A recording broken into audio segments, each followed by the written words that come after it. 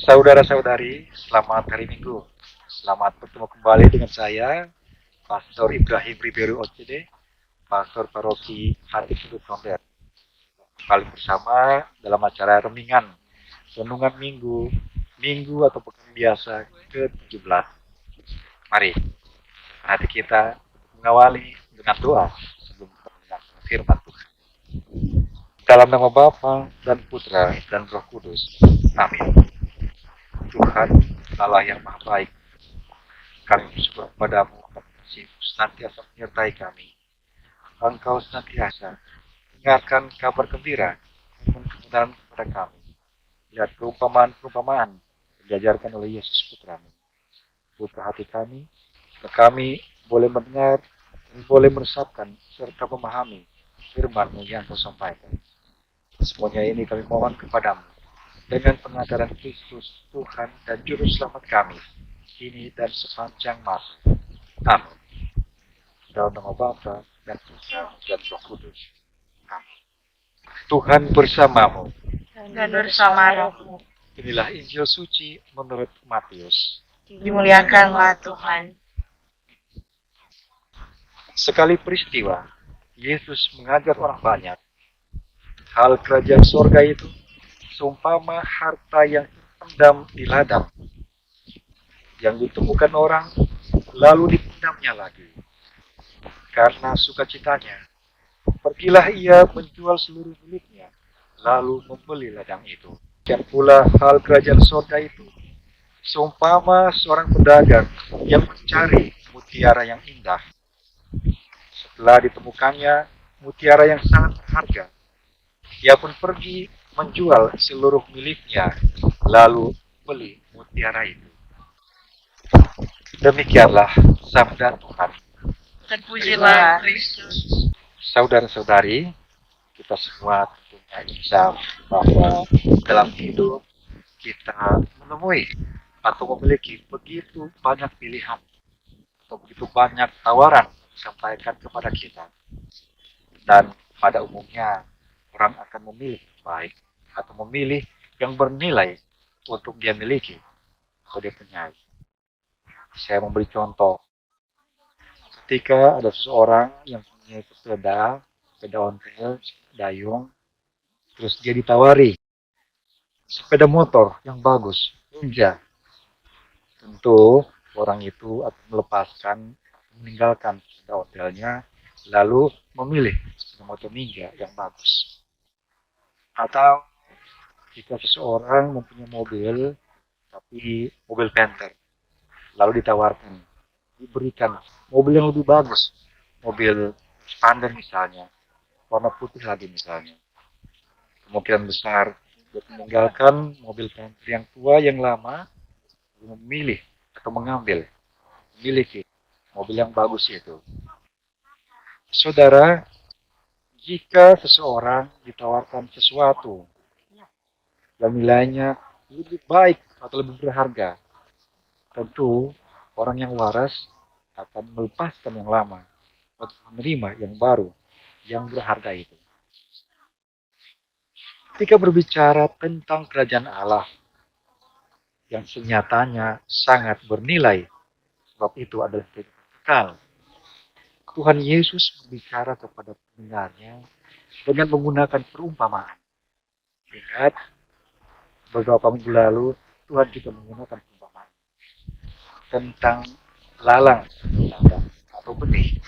Kali ini Tuhan Yesus menggunakan perumpamaan tentang harta atau mutiara, bahwa pedagang yang menemukan mutiara yang berharga tentu akan berusaha secara luar biasa dengan halal tentu saja untuk mendapatkan mutiara itu.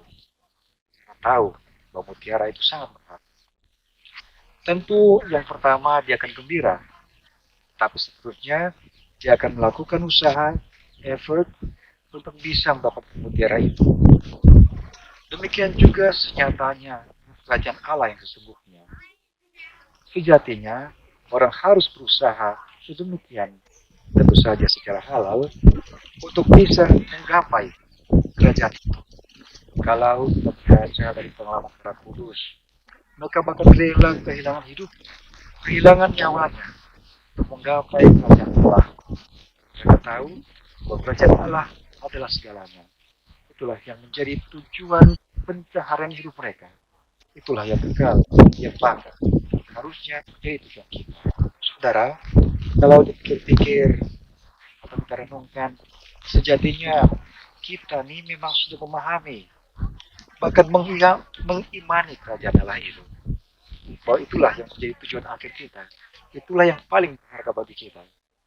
Tetapi sering yang menjadi masalah atau jadi pertanyaan besar, apakah kita memang sudah sungguh-sungguh siap, ready buat menggapai kerajaan Allah itu by all means, dengan segala usaha dan daya kita. Kalau kita berkaca atau melihat pengalaman kenyataan hidup kita, terkadang orang rela meninggalkan bagian dari kerajaan Allah yang dimaksudkan adalah kegiatan ibadah atau hal-hal baik demi melakukan hal-hal yang lain. Misalnya pada hari Minggu yang senyatanya saat beribadah untuk mengejar kerajaan Allah, orang masih melakukan hal yang lain. Misalnya bekerja atau ya urusan-urusan yang kait dengan dunia. Bukannya itu tidak perlu, tapi pada saat yang itu, hari Minggu itu adalah saat yang terbaik bagi kita beribadah. Kadang orang masih sibuk dengan bokeh, menjual bokeh, hanya untuk mendapatkan atau mengejar yang lain. Dalam pengalaman sekali lagi menunjukkan demi nyai, demi pasangan hidup, orang kadang meninggalkan iman yang senyatanya merupakan pintu masuk untuk mengalami situasi kerajaan Allah.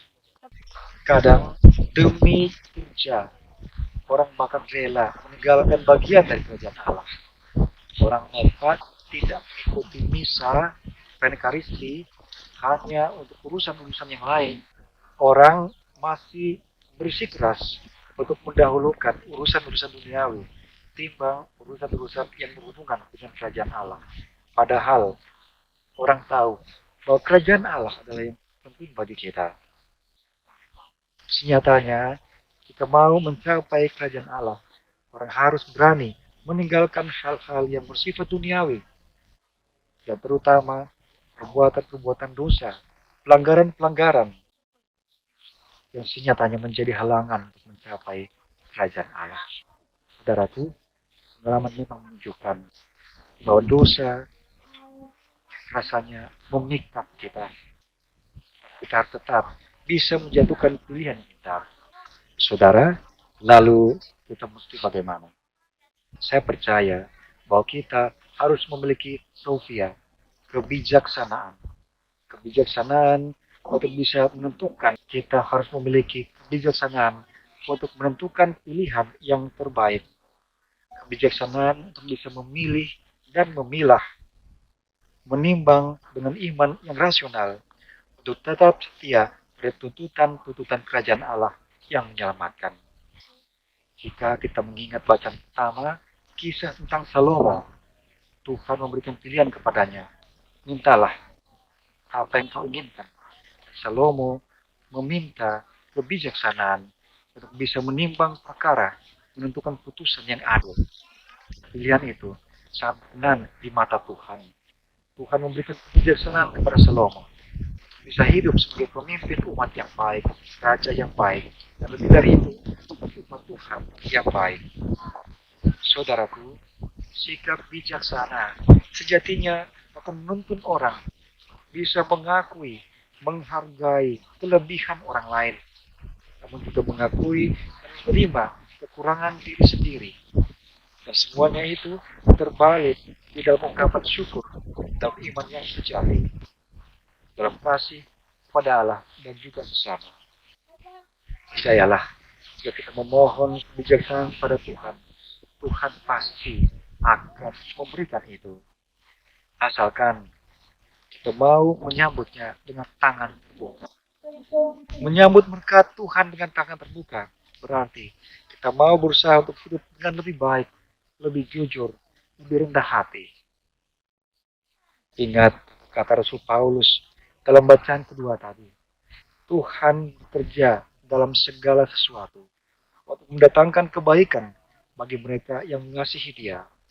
Saudaraku, marilah kita mohon kepada Tuhan agar dengan terang firman Tuhan hari ini kita dimampukan untuk dengan kebijaksanaan dari Tuhan kita memilih melakukan hal-hal yang baik sesuai dengan perkenan Tuhan. Mari kita mengejar mendapatkan mutiara yang berharga kerajaan Allah dan segala kebaikannya. Percayalah, Tuhan pasti menolong kita. Dan Tuhan senantiasa bekerja. Semoga dengan kekuatan firman Tuhan ini kita semakin dikuatkan, mampu berkanjang hidup sebagai orang Katolik yang lebih baik. Tuhan memberkati kita. Saudara, mengakhiri permenungan ini dengan sama-sama berdoa. Dalam nama Bapa dan Putra dan Roh Kudus. Amin. Allah yang Maha Baik, kami berterima kasih karena firman-Mu telah Engkau perdengarkan kepada kami. Bantulah kami, firman yang kami dengar dan kami renungkan, boleh kami usahakan untuk kami lakukan, kami hayati dalam hidup kami masing-masing. Jika hidup kami boleh selaras sesuai dengan tuntunan kerajaan Allah, seperti yang Kau kehendaki. Kalau Tuhan kami, kini dan sepanjang masa. Amin. Dalam nama Bapa dan Putra dan Roh Kudus. Amin.